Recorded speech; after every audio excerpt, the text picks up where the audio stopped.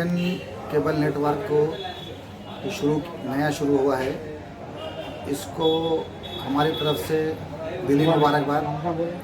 और हम चाहते हैं कि ये जो है केबल नेटवर्क लोगों की जो समस्याएं हैं, लोगों के जो प्रॉब्लम्स हैं, ये अच्छे पैमाने पर अपने केबल नेटवर्क के ज़रिए आवाम तक और हुकूमत तक उसको पहुंचाए और जो दबे कुचले लोग हैं उनको इंसाफ दिलाए। हम इससे यही उम्मीद करते हैं।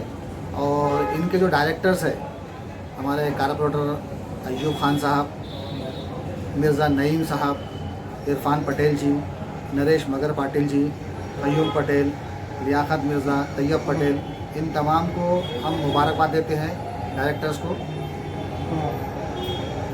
और हम चाहते हैं कि ये भले पूरे तरक्की करे केबल नेटवर्क एडीएन और लोगों की समस्याओं को आवाम तक और हुकूमत तक पहुँचाए।